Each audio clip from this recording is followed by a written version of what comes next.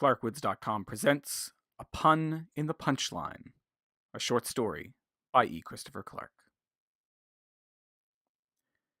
We met in the conference room at the back of the building, a small room with a table that reminded us of a surfboard.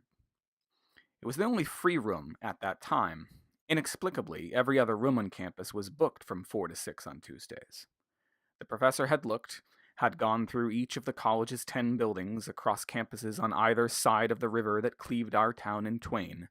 He had searched room by room and had found nothing. Not even the abandoned dance studio was free, its broken mirrors and out-of-tune piano fodder for this semester's course in advanced art therapy. There was only the surfboard room at the back of the student center, and so that is where we met.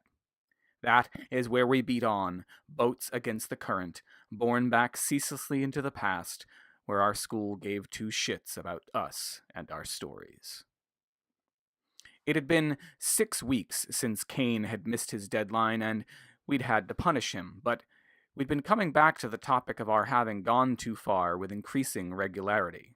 Sure, we were honor-bound to defend the syllabus's rules and regulations. It was a contract, after all. But even the professor seemed to be feeling a bit of remorse. While he waited for us to file in each week, he kept his gaze fixed on the 20-sided die and weathered D&D manual that had decided Kane's fate.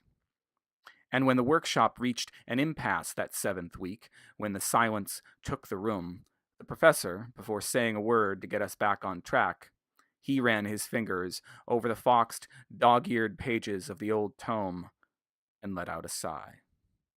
And so it was that we were each assigned a piece of Kane to bring back for week 8. Jules collected the right shoulder and arm from beneath the newsstand at Pickett Square. Azar retrieved the left leg from the floorboards of the crumbling Episcopalian church at Philbrick Circle.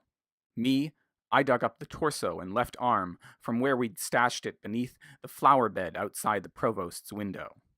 Corey found out where the right leg had run off to, but never told us. And the professor?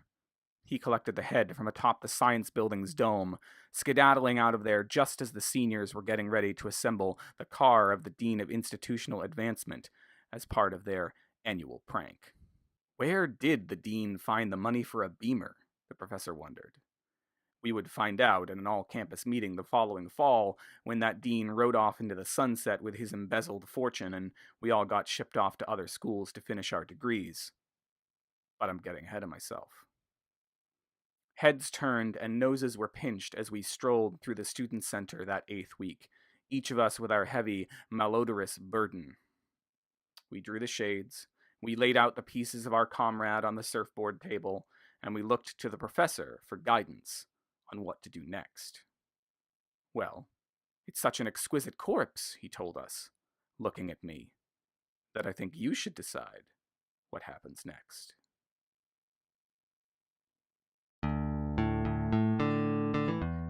Yo. I'm not supposed to say yo. That's not becoming.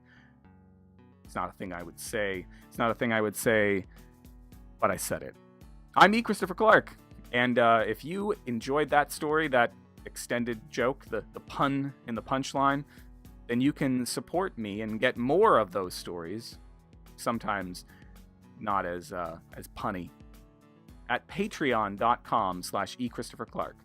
That is where you can support me for as little as $1 a month and get patron-only stories and other goodies and feel awesome about being awesome. Anything you can do will help, and everything you do helps, so thank you very much.